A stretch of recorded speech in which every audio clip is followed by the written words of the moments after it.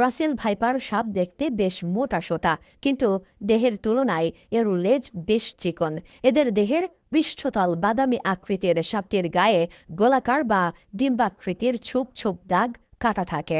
এই সাপটির ঘাড় অপেক্ষা মাথা তুলনামূলক মোটা।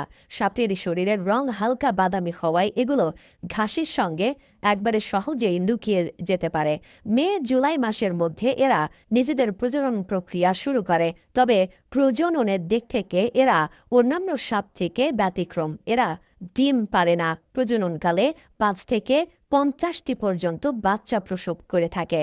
বন বিভাগের কর্মকর্তারা আরও বলেন, রাসেল ভাইপার যখন নিজের ওপর বলপথ অনুভব করে তখন তারা মুখে হিসফিস শব্দ করতে থাকে। সাধারণ মানুষের রাসেল ভাইপার সম্পর্কে কোনো ধারণা না থাকায় প্রথমবার দেখে তারা অজগর মনে করতে পারে।